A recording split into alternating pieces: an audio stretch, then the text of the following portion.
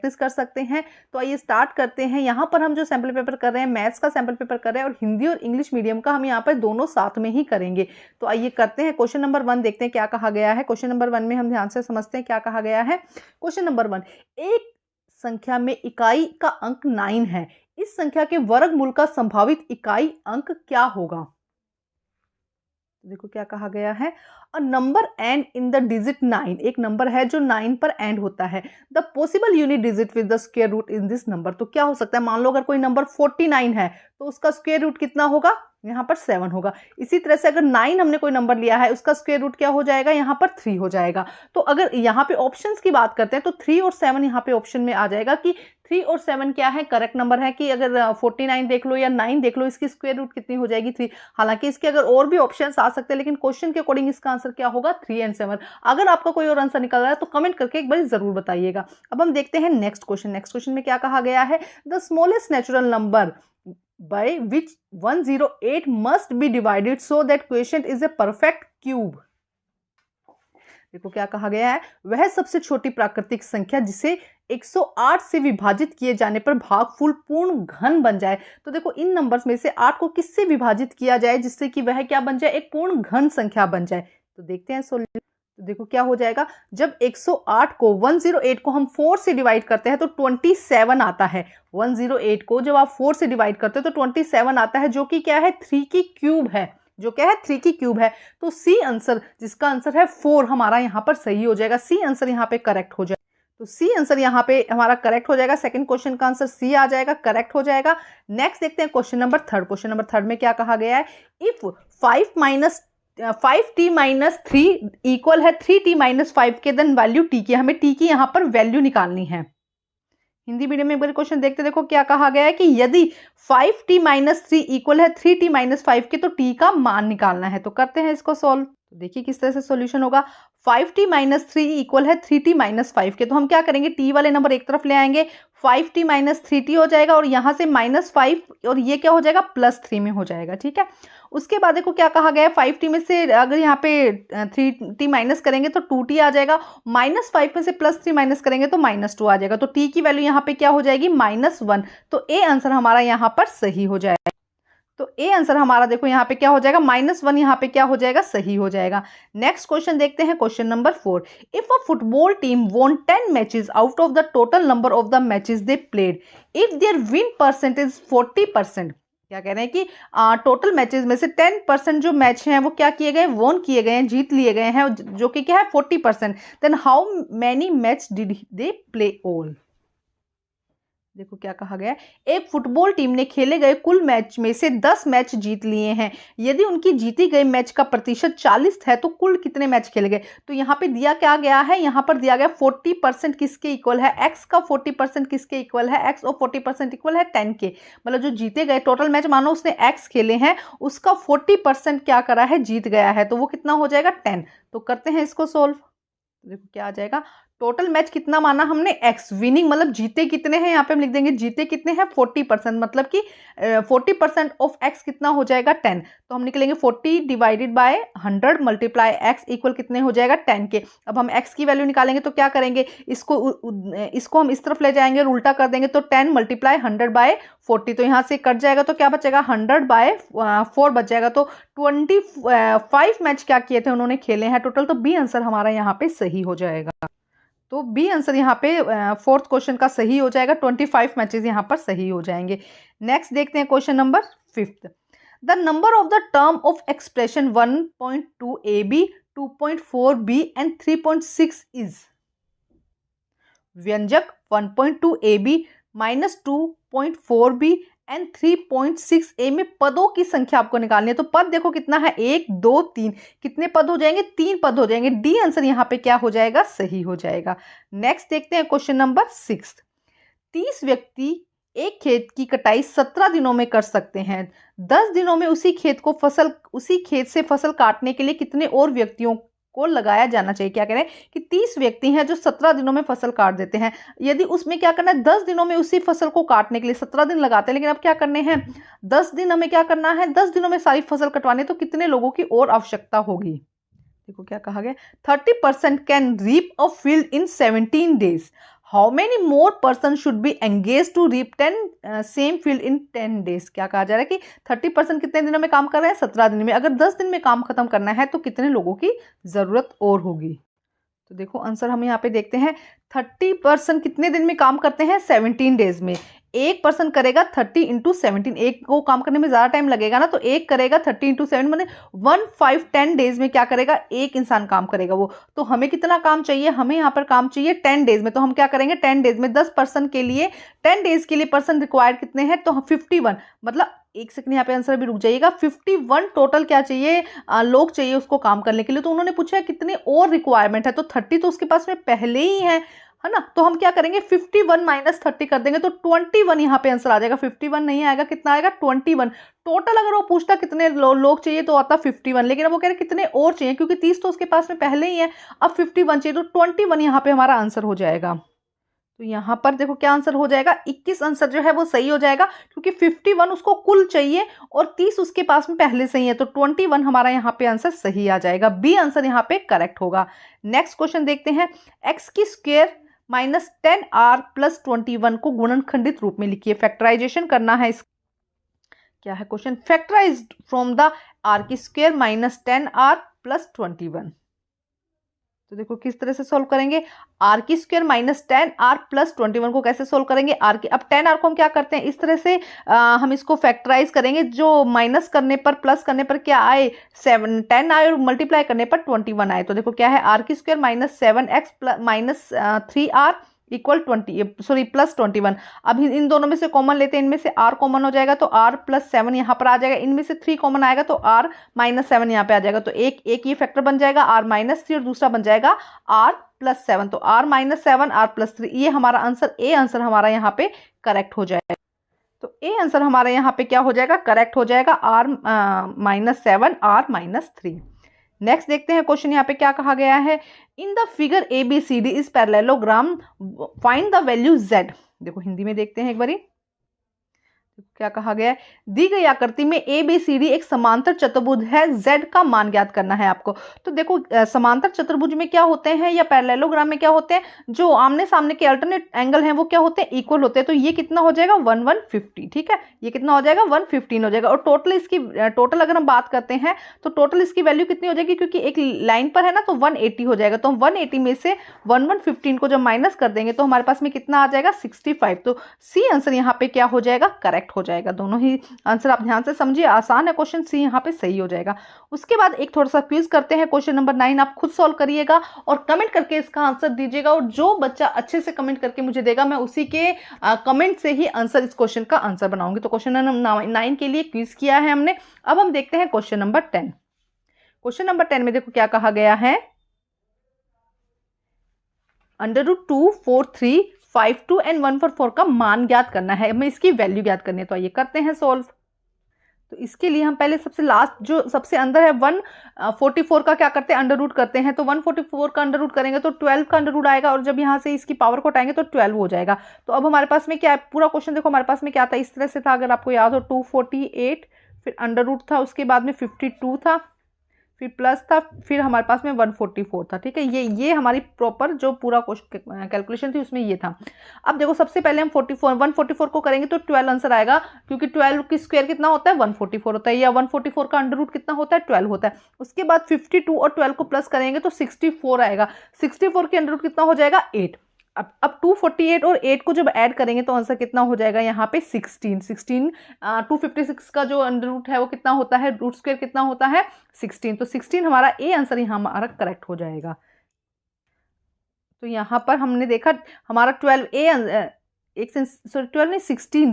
हमारा आंसर यहाँ पे क्या हो जाएगा, सही हो जाएगा, क्वेश्चन नंबर 10 का आंसर। अब हम करते हैं 16 हमारा ए आंसर सही होगा। Next question number 11, the greatest common factor in the term a 6abc 24ab and 12a की स्क्वायर b में हमें क्या निकालना है, ग्रेटेस्ट कॉमन नंबर निकालना है। क्वेश्चन नंबर 11 देखेंगे हम। पदों में 6ABC 24A की स्क्वायर 12A की स्क्वायर B की स्क्वायर का सबसे बड़ा सार्वगुणनखंड निकालना है। तो ये करते हैं सॉल्व। देखो आसान है, इसको तो हम यहीं पे कर लेते हैं। देखो क्या कहा गया है, सबसे बड़ा पद निकालना है। सबसे बड़े पद में यहाँ पे सबसे कॉमन क्या है, सबसे बड़ा पद 6। अगर नंबर की बात करें तो 6 यहाँ पे क्या है, सबसे कॉमन है। उसके बाद अगर हम बात करते हैं तो देखो A, यहाँ पे A और A, तो इनमें तीनों में क्या है, एक में A है, एक में क्या है, एक, तीनों में ही क्या हो जाएगा, A की स्क्वायर। तो हमें यहाँ पे क्या हो जाएगा, A हमारा यहाँ पे कॉमन आएगा जो सभी के अंदर है। उसके बाद B की बात करते हैं, B यहाँ पे भी है, यहाँ पे भी, यहाँ पे भी B है। उसके बाद C की बात करते हैं तो C यहाँ है लेकिन बाकी में नहीं है, तो 6A भी हमारा आंसर हो जाएगा। D आंसर हमारा हो जाएगा। जब आपको कहा जाए कि फैक्टर निकालना है, आपको क्या कहा जाए कि सार्वगुणनखंड निकालना है, तो अब आप क्या करेंगे, कॉमन देखेंगे कि सबसे ज्यादा कॉमन क्या है, वो आप आंसर में लिख देंगे। नेक्स्ट क्वेश्चन देखते हैं। क्वेश्चन नंबर 12 में क्या कहा गया है, 4P की स्क्वायर Q की क्यूब 3PQ और 2PQ वाले भुजा के आयताकार बॉक्स का आयतन निकालना है। देखो क्या कहा गया है, the volume of the rectangular box with the side 4P की स्क्वायर Q की स्क्वायर 3PQ और 2PQ आर इज। तो देखो आयतन निकालने के लिए क्या करेंगे, हम तीनों को मल्टीप्लाई कर देंगे। ठीक है, तीनों को मल्टीप्लाई करेंगे तो देखो क्या आ जाएगा, 4, 3 और 2 को मल्टीप्लाई करेंगे तो 24 आ जाएगा। अब देखो P कितना है, 2 ये रहा, 3 ये रहा, 4 5, तो P की क्या हो जाएगा, 5 हो जाएगा। उसके बाद Q 3 ये रहा, 4 ये रहा, 5, तो Q की भी 5, तो C आंसर जो है वो हमारा यहाँ पे करेक्ट हो जाएगा। तो देखेंगे C आंसर हमारा यहाँ पे क्या हो जाएगा, करेक्ट हो जाएगा। नेक्स्ट देखते हैं क्वेश्चन नंबर 2। अब सेक्शन बी स्टार्ट हो जाता है। सेक्शन बी में क्या है, क्वेश्चन है उनको रीड करना है, उसके बाद उनको सोल्व करना है। तो आइए देखते हैं, 2 मार्क्स के क्वेश्चन है।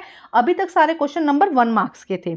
तो आप मेरी जो आईडी है इंस्टाग्राम पे, मेरी आईडी आप उसको भी लाइक और फॉलो कर सकते हैं। उसमें जो आपको इन्फॉर्मेशन है बहुत शॉर्ट तरीके से मिल जाएगी, जो आंसर की है वो शॉर्ट में मिल जाएगी। इसके अलावा कोई सर्कुलर है तो वो भी आपको वहाँ पे इजीली अवेलेबल होगा। तो उसका नाम है स्मार्ट स्टडी 10। आप वहाँ से जाके प्लीज़ उसको फॉलो और लाइक कर लीजिएगा। अब देखते हैं नेक्स्ट यहाँ पे क्या कहा गया है। Question number 2. Raj made a cuboid is plastin. Length, breadth and the height of the cuboid are 15, 13 and 15 centimeter respectively. Anu asks how much cuboid she will need to make perfect cube. What is the answer of the Anu questions? देखते हैं question में।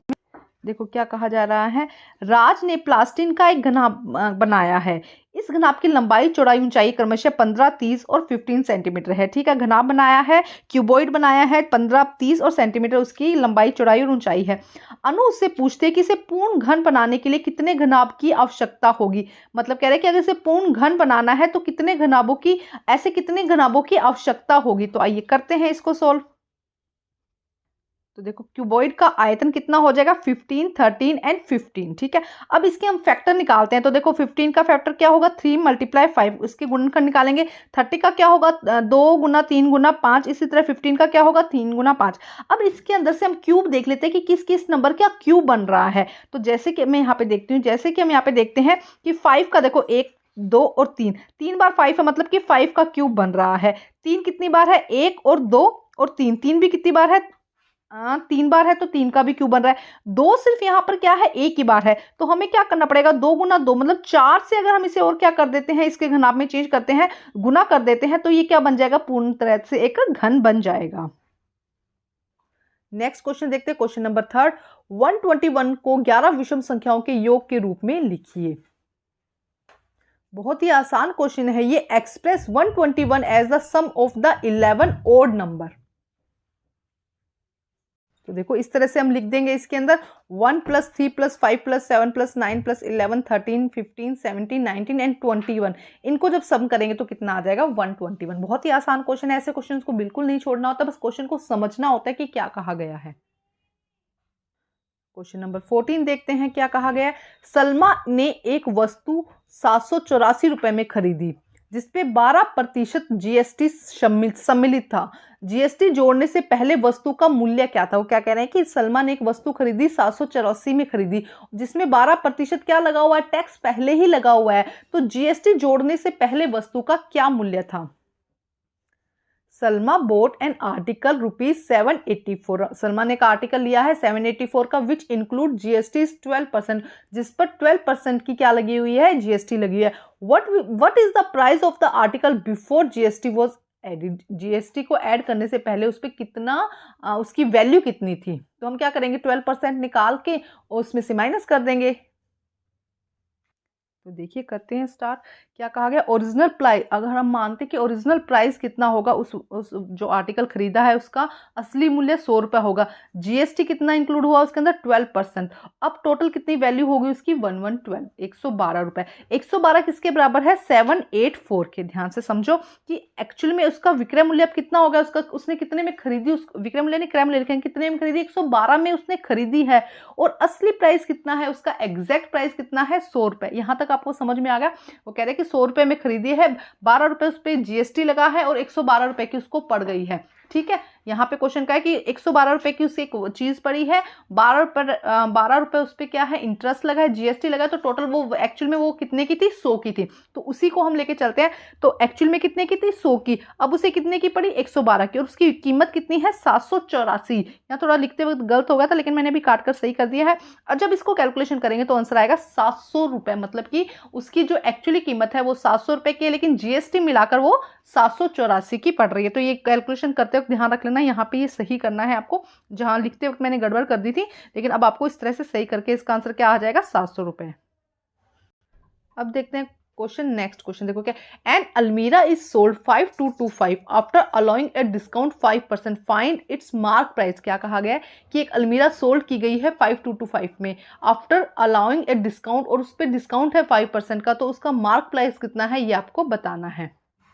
Answer देखिए, एक अलमारी 5% बट्टे पर 5225 रुपए में बेची जाती है। एक अलमारी 5% के डिस्काउंट पर 5225 में बेची जाती है। तो अलमारी का अंकित मूल्य, मतलब अंकित मूल्य ज्यादा होगा ना, तो उसको क्या करा है, अंकित मूल्य पर उसको 5% की छूट मिली है और फिर वो 5225 में बेची गई है। तो देखते हैं आंसर। तो देखो क्वेश्चन किस तरह से सॉल्व करेंगे। एसपी सेलिंग प्राइस मतलब विक्रय मूल्य कितना है, 5225 रुपए, छूट कितनी है 5%, तो मार्क अंकित मूल्य, यहाँ पे देखो आप लिख सकते हैं कि अंकित मूल्य कितना हो जाएगा, 100, फॉर्मूला क्या होता है 100 डिवाइडेड बाय 100 माइनस छूट, जितनी छूट दी गई है, और एसपी जो कि विक्रय मूल्य है। तो हम वैल्यू करते हैं 100 माइनस 5 और 5225, तो 100 डिवाइडेड बाय 95 इंटू 5225, जब इसको काटेंगे तो 55 आ जाएगा, और ये 100 से करेंगे तो 5500 क्या था, उसका अंकित मूल्य था जिस पर 5% की छूट दी गई, और वो जो वस्तु है 5225 में मिली। नेक्स्ट देखते हैं प्रश्न, एक वर्ग की भुजा 5a माइनस 2b की इकाई है, उसकी वर्ग की जो भुजा है वो क्या है 5a माइनस 2b, इसका क्षेत्रफल ज्ञात कीजिए। क्वेश्चन नंबर 5 देखिए क्या है, the side of A square 5a minus 2b units, 5a minus 2b unit इसका क्या है, स्क्वायर है, फाइंड द एरिया। देखो एरिया क्षेत्रफल हो जाएगा, हमें पता है स्क्वायर का क्या क्षेत्रफल होता है, a की स्क्वायर हो जाता है ना, तो देखो हम क्या करेंगे 5a माइनस 2b की स्क्वायर कर दिया, तो ये क्या बना a माइनस वाई की square, a plus a minus Y की, a माइनस बी की, सॉरी a माइनस बी या x माइनस वाई की स्क्वायर का फॉर्मूला बन गया, जिसका फॉर्मूला का आंसर क्या होता है, ये फॉर्मूले आपको जरूर याद करने हैं, a plus B, a minus B की स्क्वायर, a की स्क्वायर माइनस बी की स्क्वायर, तो x की square minus 2xy plus y की स्क्वायर। ठीक है, वैल्यू पुट कर देते, a की जगह हम क्या लगाएंगे 5a, और b की जगह हम क्या लगाएंगे, या x, यहाँ पे मैंने x लिखा है तो x कर देती हूँ, x की जगह क्या लगाएंगे 5a, और b की जगह क्या लगाएंगे हम यहाँ पर x की, y की जगह क्या लगाएंगे 2b। तो देखो अच्छा यहाँ पे लिखा भी है मैंने, x इक्वल किसके है 2a के, y इक्वल किसके है 2b के, तो 5a की स्क्वायर 2 5ab, उसके बाद 2b की स्क्वायर हो जाएगा, तो आंसर क्या इतना आ जाएगा 25a की स्क्वायर माइनस 20ab और 4b की स्क्वायर, ये इसका क्या निकल जाएगा, एरिया निकल जाएगा। नेक्स्ट देखते हैं क्वेश्चन नंबर 6 में क्या कहा गया, रेंट इज ए रेक्टेंगल, क्या है RENT, यहाँ पे ये है RENT, rent, rent is a rectangle, its diagonal meet on O point, और इसके डायगोनल जो है वो O पर मिलते हैं, if OR is 2x and OT is 3xy then find x की वैल्यू। देखते हैं जरा एक बारी, RENT एक आयत है, तो देखो हम यहाँ पे एक आयत बना देते हैं, RENT, ठीक है, उसके बाद क्या कह रहा है कि O पर प्रतिच्छेद करते हैं, तो यहाँ पे जो पॉइंट आएगा उसे हम क्या कहेंगे, O पे ये प्रतिच्छेद करते हैं, x का मान ज्ञात करिए, यदि OR, ये OR देखो OR क्या दिया गया है, OR क्या है 2x प्लस 4 है, और OT ये हो जाएगा OT कितना है 3x प्लस 1 है, तो हमें क्या करना है यहाँ पे x की वैल्यू ज्ञात करनी है, तो ये करते हैं इसको सोल्व। तो देखो यहाँ पे किस तरह से, यहाँ पे इस तरह से RENT बन गया है, उस यहाँ पे उन्होंने कहा OR और OT, ये चीज़ें कही है। तो आपको पता है कि जब भी विकर्ण बनते हैं या डायगोनल बनते हैं रेक्टेंगल के अंदर, वो क्या होते हैं, बराबर होते हैं। तो OR और OT दोनों क्या हो जाएंगे, इक्वल हो जाएंगे। ये हमारी इक्वेशन बन गई। अब इसको सिंपल तरीके से सोल्व करना है। तो OR की वैल्यू है 2x + 4 और OT की वैल्यू है 3x + 1। ठीक है, अब इसको सोल्व करते हैं। तो 2x - 3x, यहाँ से क्या हो जाएगा, 2x - 3x और 1 + 1 - 4 हो जाएगा। ठीक है, अब यहाँ से 2x - 3x से क्या हुआ, x आया, और 1 - 4 से क्या आया, -3। तो ये x दोनों आपस में कट जाएंगे। तो x की वैल्यू हमें निकालनी थी, जो कितनी हो जाएगी, 3 हो जाएगी। x की वैल्यू यहाँ पे कितनी हो जाएगी, 3 हो जाएगी। क्वेश्चन नंबर 7 देखते हैं। समलंब आकार के एक खेत का क्षेत्रफल 480 वर्ग मीटर है। एक समलंब आकार का एक खेत है जिसका क्षेत्रफल 480 वर्ग मीटर है। दो समांतर भुजाओं के बीच की दूरी 15 है। ये दो समांतर भुजाएं हैं, इनके बीच की दूरी मतलब ये कितना हो जाएगा, 15 हो जाएगा। उनमें से एक समांतर भुजा की लंबाई कितनी है, 20 है। इसकी लंबाई 20 है, तो दूसरी हमें इसकी क्या निकालनी है, लंबाई निकालनी है। देखो question, the area of a trapezium shaped field 480 metre square, the distance between two parallel sides is 15। इन दोनों का डिस्टेंस मतलब कि ये कितना हो गया, 15 हो गया। एक साइड कितनी दी है, 20, तो हमें दूसरी साइड यहाँ पर निकालनी है। तो करते हैं सॉल्व इसे। देखो क्या आ जाएगा, वन साइड, एक साइड कितना है 20 मीटर, अनदर साइड को हमने b मान लिया और हाइट कितनी मान ली इसकी 15। एरिया कितना दिया गया है 480। तो फॉर्मूला क्या हो जाएगा, इसका 1/2 H A + B। तो 480 एरिया इक्वल किसकी हो जाएगा, 1/2 15 20 + 20। जब इसको सोल्व करेंगे तो कितना आ जाएगा, यहाँ पे 480 × 2। देखो यहाँ जाके क्या हो जाएगा, उल्टा हो जाएगा, 480 × 2/15 इक्वल किसके रहेगा, 20 + B के। अब ये इसका वैल्यू कितनी आ जाएगी, 64 इक्वल किसके हो जाएगा, 20 + B के। तो 64 - 20 इक्वल क्या हो जाएगा, 44। तो दूसरी जो साइड है उसकी कितनी लेंथ हो जाएगी, 44 मीटर, ये सेंटीमीटर, मीटर हो जाएगा। ठीक है, 44 मीटर। नेक्स्ट देखते हैं आपको क्या करना है, फैक्टराइज करना है M4 256 और दूसरा है factorise 25a² - 4b + 20abc + 49c²। एक बार देख लेते हैं हम यहाँ पर। तो देखो क्या है, गुणनखंड करना है। M4 256 25a 4b 28bc और 49c²। तो फर्स्ट देखो M की 4 256, तो इसको हम लेते हैं M की स्क्वायर और 16 की स्क्वायर। हमने दो लिया, इसमें क्या किया, M की स्क्वायर और 16 की स्क्वायर। तो ये क्या हो गया, A की स्क्वायर - B की स्क्वायर का फॉर्मूला क्या होता है, A + B और A - B। तो इसको सोल्व करेंगे तो यहाँ पे ये क्या हो जाएगा, A हो जाएगा, ये B हो जाएगा। तो M की स्क्वायर - 16 M की स्क्वायर + 16। तो ये आगे फर्दर क्या होगा, डिवाइड नहीं होगा, आगे इसका कोई फैक्टर नहीं बनेगा। लेकिन ये वापस से देखो यही वाला फॉर्मूला लग रहा है, A की स्क्वायर - B की स्क्वायर। तो M की स्क्वायर और 4 की स्क्वायर, तो अब क्या हो जाएगा, M - 1 M + 1 M की स्क्वायर M की स्क्वायर + 16। तो ये हमारा यहाँ पर आंसर हो जाएगा। ये था फर्स्ट फैक्टराइजेशन। अब इसका सेकंड जो गुणनखंड है वो देख लेते हैं हम। सेकंड गुणनखंड में क्या था, देखो 25a की स्क्वायर 4b की स्क्वायर 28bc और 49c की स्क्वायर। तो अब देखो हमने क्या किया यहाँ पर, अगर आप देखोगे तो हमने यहाँ पे पहले इसकी स्क्वायर निकाली है, कितना हुआ, 5a की स्क्वायर हो गया, 5a की स्क्वायर हो गया। अब इसके अंदर देखो 4b, इसको अलग लिखा, 4b की स्क्वायर 28bc और 49c की स्क्वायर। अब इसको हम कर लेते हैं, ये इसको भी हमने क्या माना, a की स्क्वायर और b की स्क्वायर मान लिया ना। देखो अब ये क्या हो गया, 4a क्या बन गया, 2a की स्क्वायर बन गया। 8 को हमने क्या किया, ये समझो ना, ये क्या है, x की स्क्वायर 2ab, x की ये क्या हो जाएगा, a की स्क्वायर - 2ab प्लस क्या है, b की स्क्वायर। ये देखो ये बन रहा है। तो 4 में क्या बना, 2a की स्क्वायर। अब 8 को किस तरह से आप फैक्टर करेंगे, 2 8 और 7, यहाँ पे हमने इसको ये कर दिया। ठीक है, 28 है ना यहाँ पे, तो हमने क्या किया, 2b इसको फैक्टराइज कर दिया 2 पार्ट्स में, 2b और 7c में, और ये क्या बन गया, 7c की स्क्वायर। तो ये क्या हो गया, यूजिंग x की स्क्वायर 2xy और y की स्क्वायर, तो xy की स्क्वायर बन जाएगा। ध्यान से समझो, इसके लिए आपके कॉन्सेप्ट क्लियर होने चाहिए, तभी आपको ये समझ में आएगा। ठीक है, अब ये हमारे पास में 5a की स्क्वायर था, और ये क्या हो जाएगा, 2b - 7c की स्क्वायर। तो अब देखो क्या हो जाएगा, हम इसको क्या कर देंगे, 5। अब ये फिर क्या बन गया, a की स्क्वायर माइनस ये क्या बन गया, b की स्क्वायर बन गया। तो अब देखो हम a + b करेंगे, 5a -2b + 7, 5a + 2b + 7। तो ये पूरा b लेंगे और ये पूरा a लेंगे। देखो ध्यान से एक बार सब हटा के देखते हो, ध्यान से देखो क्या कहा गया है। थोड़ा सा क्वेश्चन में ट्रिकी है आसान। यहाँ पे इसकी वैल्यू, इसको आपको गुणनखंड करने हैं, इसके क्या करने हैं, फैक्टर करने हैं। जब इसके फैक्टर करोगे आप तो देखो यहाँ पे क्या ये वाली वैल्यू आ जाएगी, यहाँ पे x², 2xy और y², ठीक है, ये वैल्यू आ गई। अब आपको क्या करना है, इसकी वैल्यू की जगह आप क्या लिख देते हैं, हम इसका अंश, इसको हम इस तरह से सोल्व करते हैं तो हम यहाँ पे लिख देंगे s -y² में क्या हो जाएगा, 2b - 7c²। ध्यान से समझो, आई होप कि आपको समझ में आ गया होगा। अगर नहीं आया तो कमेंट करिएगा, दोबारा इसको अच्छे से इसी क्वेश्चन के लिए एक वीडियो बना दूंगी। नेक्स्ट देखते हैं, अब देखते हैं क्वेश्चन नंबर 9। क्वेश्चन नंबर 9 में देखो क्या कहा गया है। व्यंजक 3y 2y - 7 - 3y - 4 - 63 को सरल कीजिए, इसका y - 2 के लिए मान ज्ञात कीजिए। देखो यहाँ पे क्या करना है, इसको सोल्व करना है y की वैल्यू पुट करके। y की वैल्यू की जगह हमें क्या लिखना है, 2y - 2, सॉरी। देखो आंसर क्या हो जाएगा, simplify the expression 3y - 2y 7 - 3y 4 - 63, find the value of y की वैल्यू करनी है -2। मतलब सारे क्वेश्चन में हम क्या करेंगे, y की वैल्यू -2 करके सॉल्व करेंगे।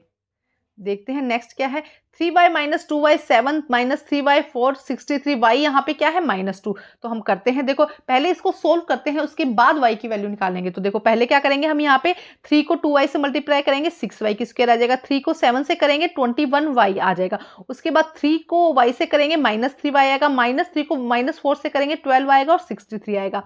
अब देखो, अब यहाँ पे देखो ये दो y है, इनको हम सोल्व करते हैं। 6y² आ जाएगा, इन दोनों को ऐड करेंगे तो -24y आ गया, और इनको सोल्व करेंगे तो 51 आ गया।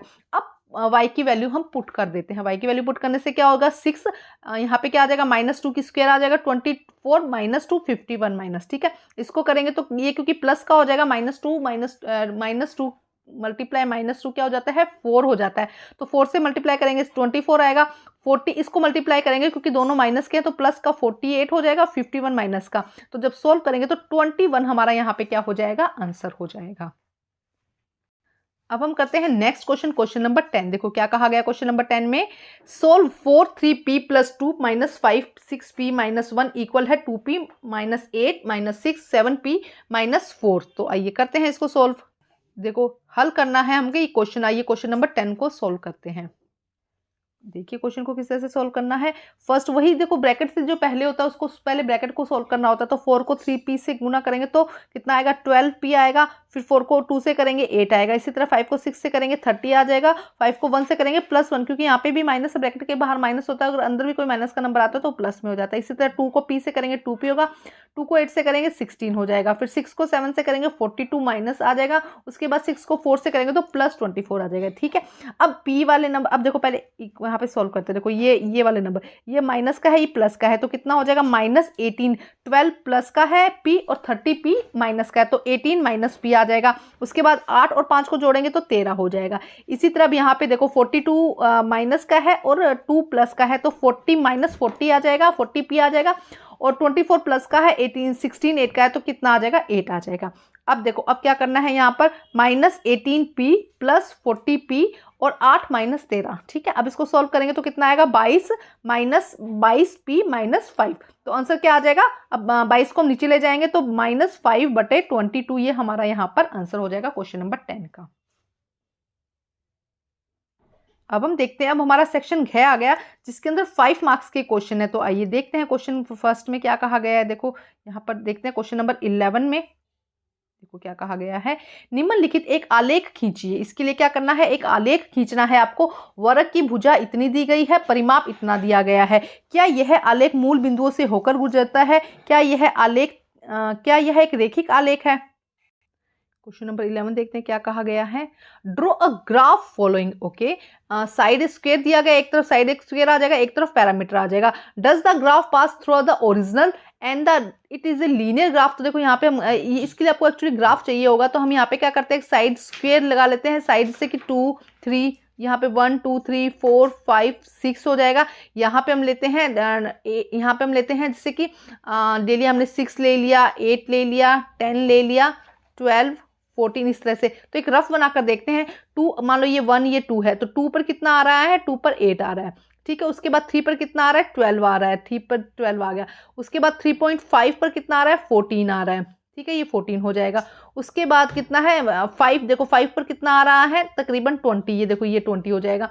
और उसके बाद जो ये लेते हैं 6 पर तकरीबन ये देखो ये, तो वो पूछा है does the graph pass through a origin and ये क्या ओरिजिन से पास हो रहा है, तो देखो 0 से स्टार्ट नहीं किया ना हमने यहाँ पे, तो ओरिजिन से पास नहीं हो रहा तो नो हो जाएगा। It is a linear graph, तो यहाँ पे देखो एक लाइन बन रही है तो ये क्या हो जाएगा लीनियर ग्राफ। लेकिन एग्जैक्ट आंसर कब पता चलेगा, जब हम क्या करेंगे इसको एक ग्राफ को हम क्या करेंगे हम एक प्रॉपर ग्राफ में बनाएंगे। तो ये आप जरूर करके अपना ग्राफ बनाकर इसको सॉल्व करके इसका आंसर दीजिएगा।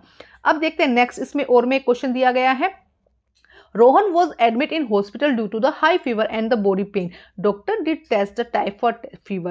The result revealed they the positive for the typhoid. उसको क्या है टाइफाइड पता चला है, डॉक्टर ने टेस्ट किया टाइफाइड का। The doctor was not still sure that about the illness. उसको illness के बारे में भी कंफर्म नहीं। He advised the nurse to record the patient temperature hourly, मतलब कि हर एक घंटे में क्या लिया जाए उसका टेम्परेचर लिया जाए। The record of the temperature has been plotted in the graph. उसका जो रिकॉर्ड है टेम्परेचर का कितना, उसको कितना फीवर है उसका ग्राफ यहाँ पे दिया गया है और उसी से रिलेटेड क्वेश्चन है। तो आइए देखते हैं, एक बार हिंदी मीडियम में भी देख लेते हैं। देखो क्या है, रोहन को तेज बुखार है, बदर दर्द के कारण अस्पताल में भर्ती कराया गया है। डॉक्टर ने टाइफाइड के बुखार की परीक्षण किया, परिणामों के बाद टाइफाइड सकारात्मक परिणाम सामने आए। डॉक्टर को अभी भी बीमारी के बारे में निश्चित नहीं थे। नर्सों को हर घंटे का तापमान रिकॉर्ड करने की सलाह दी गई, इसीलिए एक रिकॉर्ड तैयार किया गया और उसी के रिलेटेड क्वेश्चन है। तो देखो यहाँ पे ग्राफ है, हम इसको थोड़ा सा इस तरह से कर लेते हैं जिसके क्वेश्चन को सोल्व किया जा सके। ठीक है, अब देखो फर्स्ट क्या कहा गया, न्यूनतम तापमान किस समय दर्ज किया गया। तो न्यूनतम तापमान देखो सबसे कम तापमान कितना बजे था, 9 बजे था, तो 9 बजे इसका क्या हो जाएगा आंसर हो जाएगा। ठीक है, आप इंग्लिश में भी साथ में कर सकते हैं क्वेश्चंस को। किस समय अवधि में तापमान अधिकतम दर्ज किया गया, कहां पे सबसे ज्यादा तापमान था, तो लगभग देखो इस वाले पॉइंट पर क्या था सबसे ज्यादा तापमान था, तो 11:30 बजे हम लिखेंगे 11:30 पे क्या था तापमान सबसे ज्यादा था। ठीक है, उसके बाद नेक्स्ट देखते हैं क्वेश्चन में क्या कहा गया है, 1 घंटे में तापमान में अधिकतम कमी क्या है। देखो अधिकतम 1 घंटे के अंदर अगर हम देखें तो तापमान में अधिकतम कमी यहाँ पे देखो, यहाँ से देखो 11 से लेके 10 के बीच में ये वाली जो कमी है सबसे ज्यादा कमी है ना। तो कितनी कमी है उसने पूछा, 1 घंटे में तापमान में, 1 घंटे में तापमान में अधिकतम कमी क्या है। तो देखो 39 से कितना हो गया है 36 हो गया, तो 3 हो जाएगा इसका। 1 घंटे में कितनी कमी है 39 से कितना हो गया 36 हो गया, 3 डिग्री टेम्परेचर क्या हो गया कम हो गया। किस समय तापमान सामान्य पाया गया, तो देखो सामान्य कब पाया गया, ये देखो 10:30 बजे के पास। तो सामान्य कब पाया गया 10:30 बजे के पास, एकदम 37.5 था। ठीक है, उसके बाद किस समय अवधि के दौरान तापमान में वृद्धि स्थिर या अपरिवर्तित रही। तो ये वाला जो तापमान है टाइम 1 से लेके 2 के बीच में। देखो यहाँ पे आंसर थोड़ा सा करना मुश्किल हो जाएगा, थोड़ा ऐसा रख लेती हूँ। तो एक देखो सबसे पहले क्या पूछा गया, न्यूनतम तापमान कब था उसका, अगर न्यूनतम तापमान सुबह 9 बजे था। ठीक है, सबसे कम तापमान किस समयावधि में तापमान में अधिकतम वृद्धि हुई थी, तो हमने भी 11:30 देखा था। ठीक है, 11:30 बजे सबसे अधिकतम वृद्धि हुई थी। उसके बाद में 1 घंटे में तापमान में कितनी कमी आई थी 3 की। ठीक है, 3 डिग्री सेल्सियस की। किस तापमान पर तापमान सब सामान्य पाया गया था, तो किस समय 10:30 बजे क्या हुआ था तापमान एकदम नॉर्मल पाया गया था। उसके बाद किस समय अवधि के दौरान तापमान स्थिर था, तो ये देखो ये वाला 1 से लेके 2 के बीच में तापमान क्या था स्थिर था। तो ये क्वेश्चन हिंदी में होंगे इंग्लिश में भी होंगे, तो आप अच्छे से इनको सोल्व कर लीजिएगा। अब हम देखते हैं 12 क्वेश्चन, 5 मार्क्स का क्वेश्चन है ये वाला।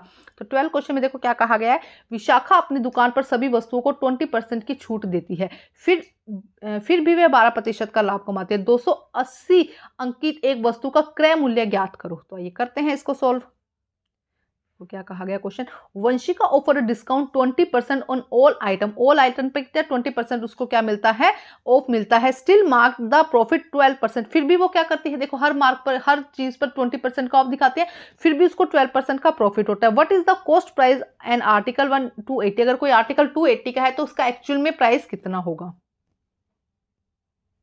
तो देखो क्या आंसर होगा, मार्क प्राइस कितना है 280, अंकित मूल्य कितना है 280 रुपए, छूट कितना है 20% ऑफ 280, 280 पर 20 की छूट है, तो टोटल छूट कितनी हुई 56 रुपए की छूट हुई। ठीक है, इसको सोल्व करेंगे 20 गुना 280 बटा 100 करेंगे तो 56 रुपए, 56 रुपए की क्या हुई है छूट हुई है। अब विक्रय मूल्य कितना है, विक्रय मूल्य क्या होता है अंकित मूल्य में से डिस्काउंट जो है उसको माइनस कर दो छूट को, तो 280 में से 56 माइनस किया तो कितना आया 224 रुपए, मतलब 224 रुपए उसका क्या हुआ विक्रय मूल्य हुआ। अभी भी वो लाभ कमा रही है 12% ना, तो लाभ कितना कमा रही है 12%। यदि क्रय मूल्य 100 है तो विक्रय मूल्य क्या हुआ 112। यदि हम कहें कि जो कॉस्ट प्राइस है वो क्या है 100 रुपीज है, तो सेलिंग प्राइस अभी भी क्या है 112 112 रुपए है। ठीक है, क्रय मूल्य, अब हम एक्चुअल वैल्यू लगा लेते हैं। क्रय मूल्य सीपी कितना हो जाएगा 100 डिवाइडेड बाय 112 इंटू 225। तो जो वस्तु की जो कीमत है वो कितनी है 200 रुपीज है, लेकिन वो 280 में बेच रही है उसको, अभी भी उसको बहुत फायदा हो रहा है। तो देखो क्या हुआ, अंकित प्राइस कितना, क्वेश्चन आई होप समझ गए होंगे क्या कह रही है यहाँ पे। देखो एक बार अच्छा से स्क्रीनशॉट ले लो और अच्छे से क्वेश्चन को समझो, आसान है क्वेश्चन, मुश्किल नहीं है। बस दो चीजें पूछी गई है, पहले क्या निकालना है हमको, विक्रय मूल्य निकालना है, उसके बाद उसका क्रय मूल्य निकालना है। तो पहले 20% की छूट, उसके बाद 12% का जो फायदा है, प्रॉफिट है उसको। नेक्स्ट देखते हैं question, for a sum 40,000 rate interest 8% compound annually. Okay, एक किसी भी किसी वस्तु में क्या है 40,000 है, 8% उसका क्या है इंटरेस्ट है। आपको क्या निकालना है, interest after 1 year, principal after 2nd year and compound interest after 3 year. देखो क्या हो जाएगा, 40,000 के लिए 8 ब्याज की दर से वार्षिक ब्याज संयोजित होता है। ज्ञात कीजिए 1 वर्ष के पश्चात ब्याज, द्वितीय वर्ष के बाद मूलधन और तीसरे वर्ष के बाद चक्रवृद्धि ब्याज। तो फर्स्ट देखिए, प्रिंसिपल मूलधन कितना आ जाएगा 40,000, दर रेट कितनी होगी 8%। अब हमको क्या निकालना है, पहले मिश्र धन निकालना है। तो ए इक्वल किसके होगा, ये फॉर्मूला आपको याद होगा, P ब्रैकेट में 1 + R डिवाइडेड बाय 100 और H। ठीक है, 1 ईयर, पहले 1 ईयर के लिए निकालते हैं तो यहाँ पे 1 लिख देंगे। ठीक है, अब फॉर्मूले में वैल्यू पुट करेंगे। ठीक है, 100 + 8 डिवाइडेड बाय 100, तो जो फर्स्ट ब्याज है वो कितना आ जाएगा 3200 रुपए। फर्स्ट जो पहले मिश्र धन कितना आ जाएगा, हमें मिश्र धन कितना आ जाएगा 43,200 यहाँ पे मिश्र धन आ जाएगा, या अमाउंट आ जाएगा, टोटल अमाउंट।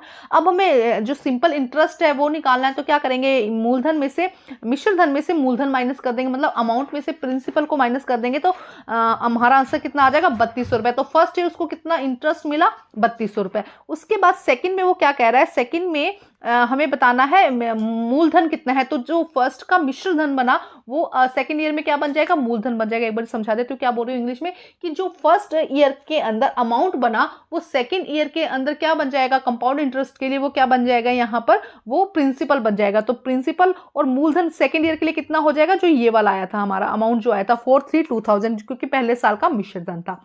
अब थर्ड इसका देखते हैं, थर्ड में उन्होंने पूछा है, थर्ड ईयर के लिए उन्होंने पूछा है कि कितना होगा। तो देखो इस तरह से फॉर्मूला पुट करते हैं, 1 + R डिवाइडेड बाय 100 और 3 की पावर 3 कर देंगे, सोल्व करेंगे इस तरह। तो टोटल जो आंसर है वो कितना आएगा 5388। ठीक है, ये हमारा क्या है मिश्र धन। उन्होंने क्या पूछा है, मूलधन पूछा है, तो हम माइनस करेंगे। उन्होंने ब्याज पूछा है कि कितना चक्रवृद्धि ब्याज मिलेगा, ठीक है, कंपाउंड इंटरेस्ट मिलेगा। तो हम इसमें से जो एक्चुअली कीमत थी, जो मूलधन था या जो हम प्रिंसिपल था वो माइनस कर देंगे, तो 10,388 हमारा यहाँ पर आंसर आ जाएगा। तो ध्यान से करना है, थोड़ा सा समझ के करना है। एक बार पीछे से आप अच्छे से चेक कर लीजिए इसको। देखो यहाँ से इस तरह से फर्स्ट क्वेश्चन का हो गया, फिर सेकंड क्वेश्चन का आंसर आ गया, और ये सी हमारा थर्ड का आंसर आ गया। अब देखते हैं नेक्स्ट क्वेश्चन। अब देखते हैं क्वेश्चन नंबर 13। एक विशेष प्रकार के 5 मीटर कपड़े की कीमत 210 रुपए है। निम्नलिखित तालिका में PQRS का मान ज्ञात कीजिए। एक तरफ कपड़े की लंबाई है, एक तरफ उसका मूल्य है। यहाँ पे 3 की कपड़े की लंबाई है, उसका मूल्य पूछा गया है। 5 मीटर कपड़े की लंबाई है, उसका मूल्य पूछा गया है। उसके बाद में यहाँ पे कितना कपड़ा लिया गया, अगर उसकी मूल्य इतना है, यहाँ पे कितना कपड़ा लिया गया है तो उसका मूल्य इतना। तो आसान है क्वेश्चन, एक बार रीड करते हैं इसको। क्या कहा गया, the cost of a 5 metre of a particular quality of cloth is 210। ठीक है, 5 मीटर कपड़े की क्वालिटी का वैल्यू कितनी है 210। Find the value ABCD। देखो यहाँ पे ये वैल्यू दी गई है, तो हम इनको सोल्व करते हैं। यहाँ पे एक तरफ क्लॉथ का दिया गया है, लेंथ दी गई है, और एक तरफ कॉस्ट दिया गया है। तो देखो किस तरह से इसको सोल्व करना है। तो सबसे पहले देखो 5 मीटर कपड़े का जो प्राइस है वो कितना है 210 है। तो 1 मीटर कपड़े का, पहले हमें 1 मीटर के कपड़े की वैल्यू निकालनी है। तो 1 मीटर कपड़े की वैल्यू कितनी हो जाएगी 210 डिवाइडेड बाय 5 = 42। ठीक है, अब उसने कहा है कि अगर A क्या है 3 है, A 3 है, तो हमें उसकी वैल्यू निकालनी है। तो हम क्या करेंगे 41, अगर कपड़े की लेंथ 3 मीटर है तो उसकी वैल्यू कितनी हो जाएगी 42 से मल्टीप्लाई करेंगे तो A में कितना आ जाएगा 126। सेकंड में था अगर कपड़े की लेंथ 5 मीटर है तो हम क्या करेंगे 5 को 42 से मल्टीप्लाई कर देंगे, 510 हमारा आंसर आ जाएगा। थर्ड में वो क्या कह रहा है कि अगर कपड़े के लिए 504 रुपए दिए गए हैं तो वो कितना मीटर कपड़ा है, तो हम क्या करेंगे 42 से डिवाइड कर देंगे तो 12 हमारा आंसर आ जाएगा। नेक्स्ट डी में क्या कहा गया 756 है, तो कपड़े अगर पैसे दिए गए हैं तो कितना हो जाएगा, इसको हम क्या करेंगे 42 से डिवाइड कर देंगे तो 18 मीटर हमारा यहाँ पर आंसर आ जाएगा। तो ये भी फर्स्ट पार्ट हुआ है इसका। देखो आसान, बहुत ही आसान है, 5 मार्क्स के क्वेश्चन में तो बड़ी जल्दी ऐसे नंबर ले लेने होते हैं। बस आपको क्या करना है, डिवाइड करना है, मल्टीप्लाई, बस समझना है कि पहले एक की वैल्यू निकाल लो, उसके बाद बाकियों की वैल्यू निकालेंगे।